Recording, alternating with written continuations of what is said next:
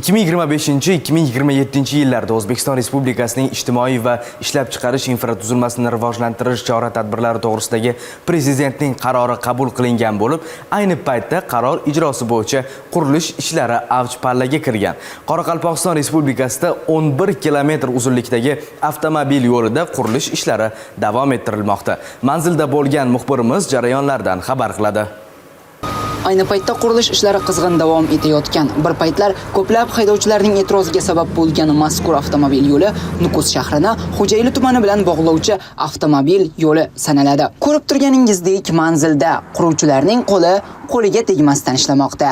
Hozir ko'rib turgan yo'limiz o'tgan yili rekonstruksiya qilinmasdan oldin eski yo'l edi, ya'ni 4 polsa edi. Hozirgi kunda 6 polsa kengaydi. Yo'lning eni burun 16 metr bo'lib edi. Hozirgi vaqtda yo'lni kengaytib atrimiz.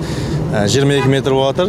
Bu yo'lning sebebi avtotransportning ko'payishine байланышлы yo'l harakat xavfsizligini saqlov. Nukus shahri Xo'jayli shahri avtomobil yo'lining 0-11 kilometr oralig'ida rekonstruksiya ishlarini amalga oshirish belgilangan bo'lib, ayni paytda yo'lning 6-8 kilometrlarida asfalt yotqizish ishlari olib borilmoqda. Mazkur qurilish jarayonlariga 10 ta maxsus texnika, 20 nafar ishchilar jalb etilgan. Bu obyektning bahosi jami 47,9 milliard so'm bo'lib hisoblanadi. Bugungi kunda жұмыс қызғын пәтте davom etmekte.